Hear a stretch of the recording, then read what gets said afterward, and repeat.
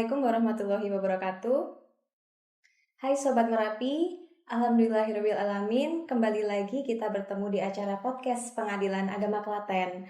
Dan pada kesempatan kali ini kita akan membahas sebuah topik yang tentunya sangat terkenal di kalangan masyarakat kita, yaitu tentang dispensasi kawin yang erat kaitannya dengan pernikahan dini. Dan tentunya hal ini menimbulkan polemik di kalangan masyarakat kita karena hal tersebut merupakan sebuah penyelesaian dari permasalahan atau justru menambah permasalahan.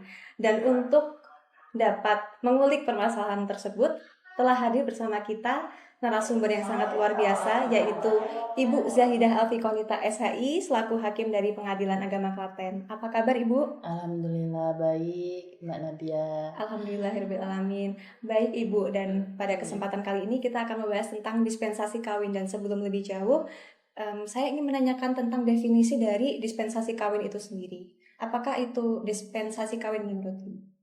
Dispensasi kawin khususnya dalam hal ini sebuah perkara yang ada di pengadilan agama, itu merupakan perkara yang diajukan untuk meminta izin menikah karena kondisi yang dimintai izin ini masih berumur di bawah batas usia minimal perkawinan. Kalau dalam hal ini aturannya yaitu minimal 19 tahun bagi perempuan dan juga 19 tahun bagi laki-laki.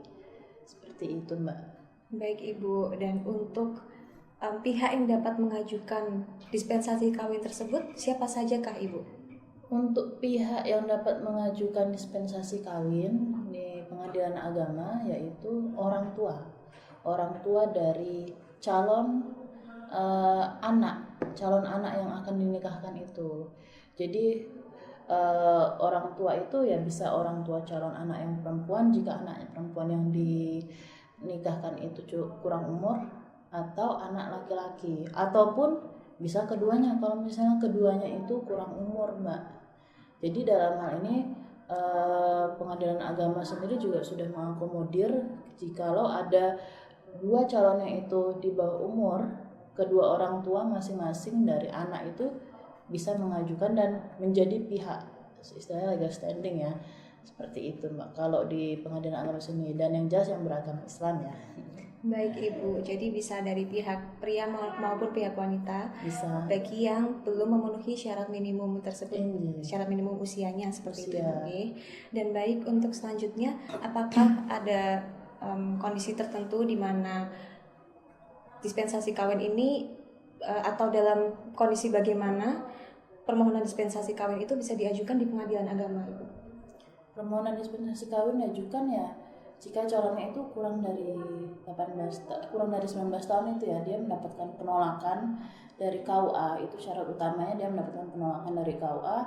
Dan untuk kondisi khusus tertentu sebenarnya tidak ada, karena bagaimanapun mereka ingin menikahkan di sini kan ada hal-hal yang istilahnya apakah itu urgent atau tidak. Nah itu nanti interpretasi hal-hal yang bersifat urgent itu nanti kembali lagi kepada hakim sih sebenarnya. Kalau itu ya itu udah ranahnya lebih jauh. Tapi kalau untuk yang mengajukan sendiri sebenarnya bisa siapa aja dia yang ingin menikah, khususnya ya bagi anak-anak yang memang kurang dari 19 tahun tersebut, mereka seperti itu Mbak. Oh seperti itu ya Ibu. Baik Ibu, jika tidak salah dulu itu peraturan menentukan bahwa syarat minimum bagi mempelai pria itu 19 tahun dan bagi mempelai wanita itu 16 tahun Ibu. Dan sekarang kan sudah bisa meratakan menjadi 19 tahun baik bagi mempelai pria maupun wanita. Nah menurut Ibu, apakah ada alasan tertentu diadakannya perubahan undang-undang tersebut? Baik, terkait perubahan tersebut ya, dari yang perempuannya dari yang tadi 16 menjadi 19. Nah ini mungkin edukasi ya untuk kepada seluruh masyarakat bahwa pemerintah itu bikin aturan itu, membuat peraturan tersebut itu sangat baik, itu mempertimbangkan keadaan sosial masyarakat itu sendiri. Jadi banyak faktor sebenarnya. Yang pertama itu ada dari faktor kesehatan atau faktor medis. Nah jadi mengapa sih 19 tahun pemerintah itu memberikan peraturan minimal untuk perempuannya ya sekarang. Faktor kesehatan itu yang pertama, banyak penelitian dari penelitian ilmiah, penelitian kesehatan, kan bisa searching di Google ya, banyak ya. Itu yang menyatakan bahwa kematian ibu hamil, kematian dini pada ibu hamil itu banyak terjadi pada wanita yang memang mengandung dan melahirkan di usia yang masih muda. Itu usia yang masih muda itu maksudnya itu 20 tahun ke bawah, Mbak. Jadi memang kenapa 19 tahun itu menjadi patokan pemerintah minimal untuk melakukan perkawinan. Diharapkan wanita perempuan itu diharapkan untuk menikahnya itu nanti 19 tahun. Jadi dibuahinya 19 tahun, kemudian dia mengandung umur kira-kira 20 tahun atau 21 tahun, itu sudah cukup matang secara rahimnya. Apalagi zaman sekarang kan udah banyak fast food ya Mbak ya, nggak kayak zaman dulu itu kan orang tua itu kan dia lebih sehat gitu kan. Kalau sekarang udah pada zamannya banyak anak yang makan fast food, junk food seperti itu. Nah itu mempengaruhi sekali kesehatan mereka dan sudah terbukti bahwa emang dari segi medis seperti itu. Bahkan di puskesmas pun itu ada kami melihat itu ada usaha mereka untuk mencegah kematian risiko ibu dan bayi melahirkan, itu pendarahan seperti itu bagi yang terlalu muda, malah 20 tahun kalau di puskesmas itu menurut mereka dari sisi kesehatan. Terus itu faktor yang dari medis ya Bu ya. Kemudian faktor yang kedua itu dari segi pendidikan. Nah itu juga diharapkan perempuan Indonesia itu untuk mengutamakan sekolah lebih dahulu gitu. Pendidikan mereka itu sangat penting sebenarnya, perempuan Indonesia untuk menjalankan pendidikan. Maupun nanti dia bekerja ataupun tidak bekerja, nah itu pendidikan itu sangat penting. Erat kaitannya dengan apa nanti? Erat kaitannya dengan nantinya dia perekonomian juga sih. Perekonomian dalam rumah tangga itu kan penting ya. Nah ini faktor ekonomi juga nih. Jadi erat kaitannya dengan perekonomian rumah tangga. Zaman sekarang aja tuh Mbak, yang S1 aja susah kan nyari kerja. Iya, betul. S1 aja susah kan. Sempat nganggur nggak Mbak dulu? Saya sempat nganggur loh sempat dulu. bentar. Iya.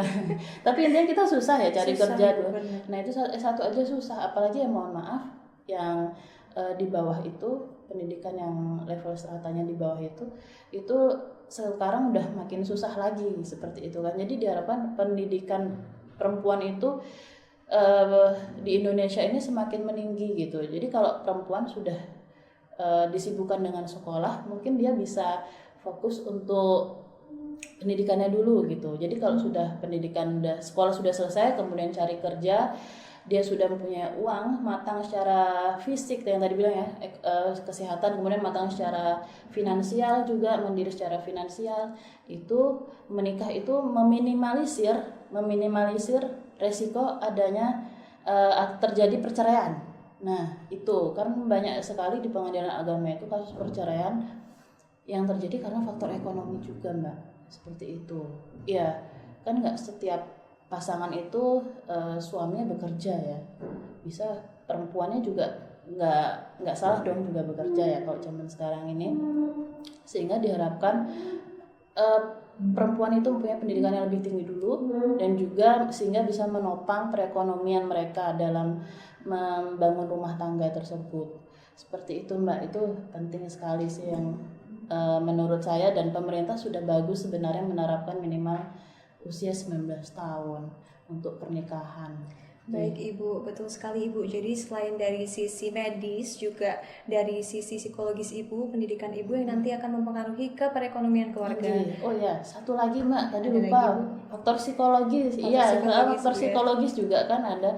Itu anak-anak 19 tahun ke bawah itu kan levelnya masih remaja ya. Remaja dia masih ingin kayak main-main gitu kan. Misalnya aja ya Mbak Nadia nih, saya contohin misalnya Mbak Nadia umur 18 tahun dan nikah, atau 16 tahun sudah menikah seperti itu kan. Nanti diajak main teman yang lain, Mbak Nadia main yuk, kayak gitu.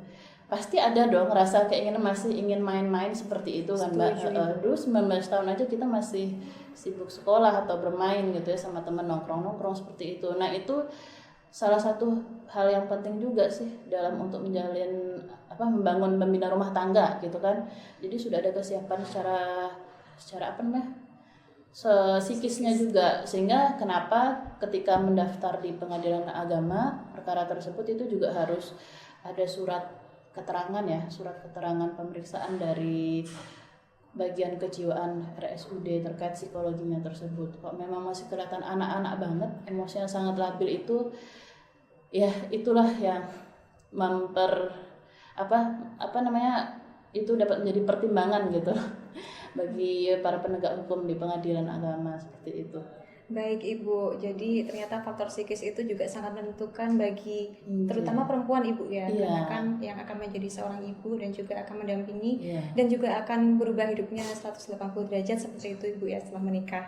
Dan baik Ibu, untuk selanjutnya apakah alasan-alasan yang sering dilontarkan oleh para pihak yang ingin mengajukan permohonan dispensasi kawin? Alasan-alasan itu rata-rata itu pertama karena sudah hamil, dia hamil di luar nikah. Yang kedua, memang dia pergaulannya sangat bebas sekali, melakukan seks yang sering dilakukan. Ya ini peran orang tua nih sangat dipertanyakan ya di masyarakat ya. Kemudian yang ketiga, mungkin mereka memang belum mengetahui ya adanya peraturan tersebut, sehingga ada juga yang keempat, mungkin ada yang perjodohan, kemudian mereka istilahnya tidak mau berpacaran seperti itu. Nah itu ada juga, itu ada 4 kondisi sih biasanya yang menjadi penyebab dispensasi kawin itu diajukan ke pengadilan. Baik Ibu, jadi ternyata bermacam-macam Ibu ya untuk alasannya mengapa mengajukan atau menginginkan pernikahan yang dilakukan di bawah umur seperti itu Ibu.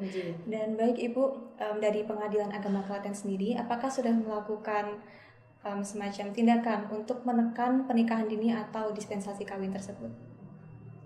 Dari Pengadilan Agama sendiri sebenarnya kita sudah mengedukasi ya setiap penegak hukum itu untuk memberikan edukasi di setiap persidangannya, seperti itu. Di setiap persidangannya bahwa kita jelaskan mengapa pemerintah itu minimal 19 tahun, resiko-risikonya yang terjadi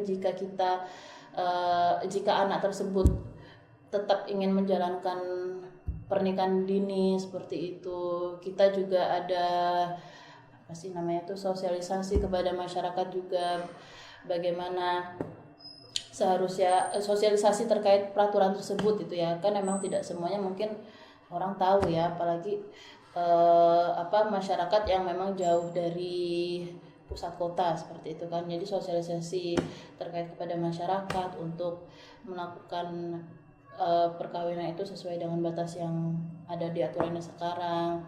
Nah itu, dan sosialisasi tersebut juga menjelaskan terkait resiko-resikonya juga, tidak hanya di dalam kita di kantor istilahnya dalam perkara gitu kan, tapi juga keluar di masyarakat juga sudah kita upayakan Mbak. Jadi benar-benar seharusnya mungkin kita juga bisa bekerja sama dengan Disduk Capil atau KUA gitu kan, untuk membantu mensosialisasikan hal ini, karena masyarakat tuh juga banyak berangkat dari mereka ya kan, penolakan itu dari KUA sendiri ya, seperti itu. Kita mungkin bisa bekerja sama, semua stakeholder butuh kerjasama sih sebenarnya. Banyak instansi itu butuh kerjasama untuk menekan hal ini, nggak cuman pengadilan agama, karena pada dasarnya kita pengadilan agama itu jadi tameng terakhir gitu loh Mbak. Jadi tameng terakhir yang untuk menegakkan yang memang peraturan itu berdiri seperti itu, peraturan itu dijalankan.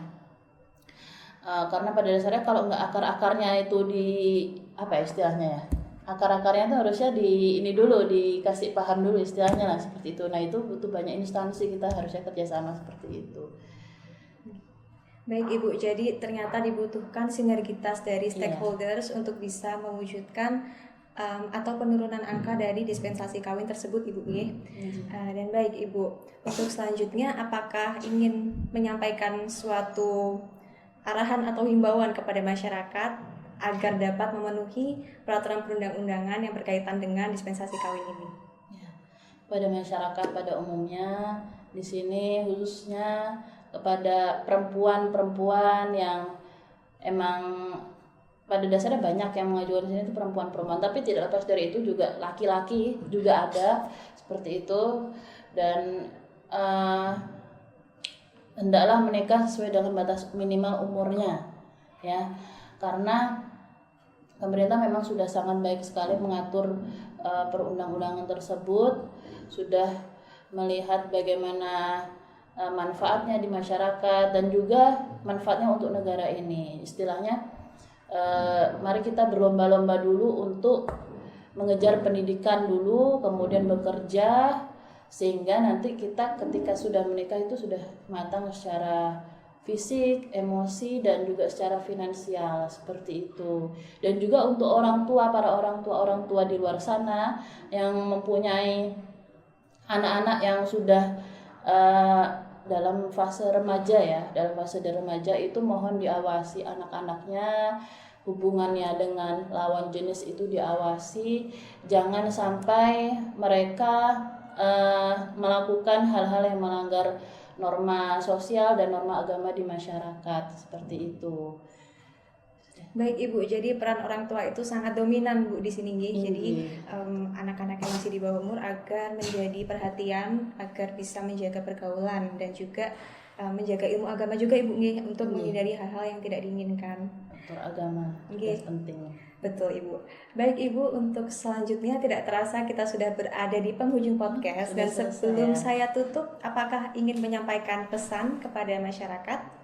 Kami Pengadilan Agama Klaten meminta dukungannya kepada masyarakat untuk mewujudkan zona integritas di Pengadilan Agama Klaten, sehingga Pengadilan Agama Klaten ini bebas dari korupsi, gratifikasi, dan penyuapan. Terima kasih.